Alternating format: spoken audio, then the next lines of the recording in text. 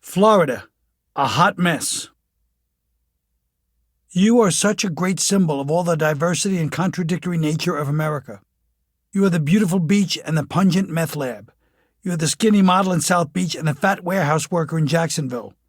You're the Jews and Cubans down south and white and black rednecks up north.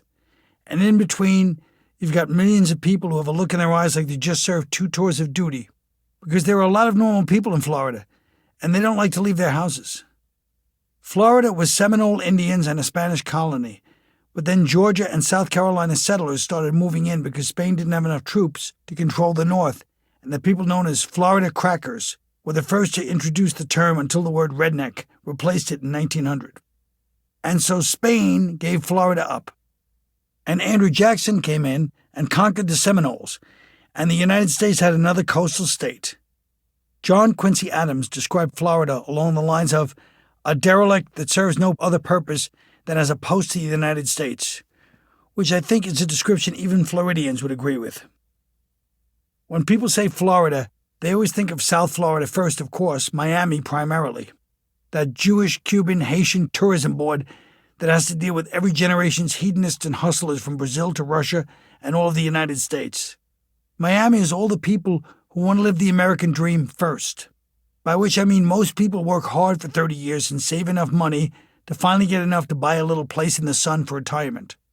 Now Miami is all the party animals from all over the country and world who say, I'm not going to work for 30 years. I'll skip that step and go right to the place in the sun. I'll get a job down there DJing or dealing drugs or ideally both. And the whole skyline was built by cocaine money. It's amazing what kind of enterprise money laundering can be responsible for. We all talk about the bad side of drug dealers. But when you're on your balcony on the 45th floor overlooking Biscayne Bay, maybe you should say a quick prayer to the Medellin cartel.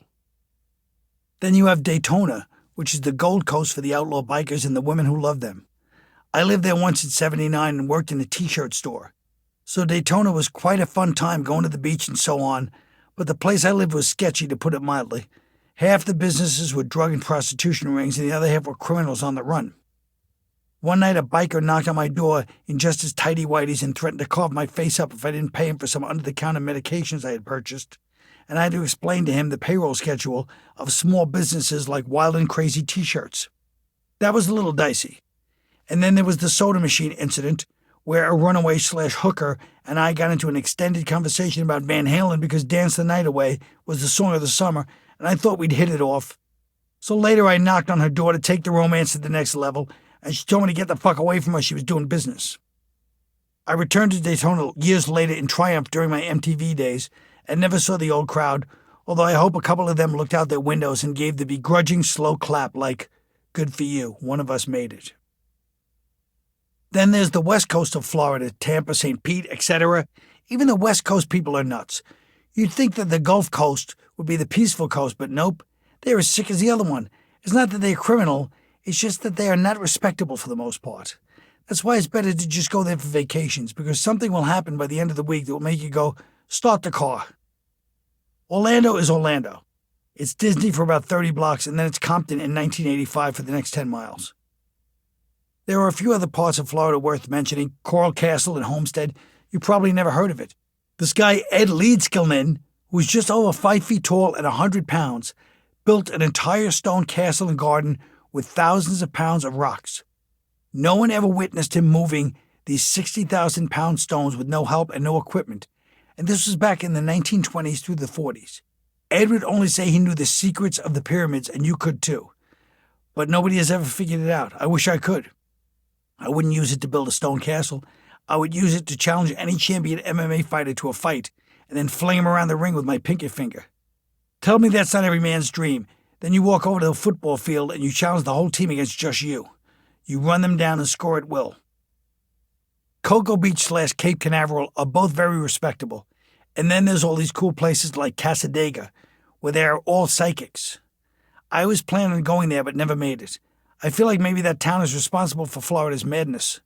They probably all got bored from having no variety, so they decided to put a curse on the whole state. One night they decided, we're going to put a hex on the whole place and make everybody just a little bit off. Not noticeable in a big way, but just small enough where it has a butterfly effect, and in 20 years it'll be a car wreck.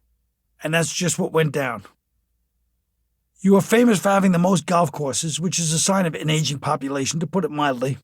You already had the people dressed for it, so the easy part was mowing the grass. You were also famous for taking some of the heat off New Jersey because all state jokes used to be about New Jersey and now half the jokes were about Florida. You are famous for Scarface, which is the ultimate Florida movie. You move in, you get rich, and you dress and act like an asshole until you die. But I still love Florida. You stand alone because you are unique and because we don't want to stand too close to you because we might get arrested too. Florida does the job as the vacation party state. You're the wild kid on the block that we're not allowed to hang out with, but sometimes we just want to break the rules.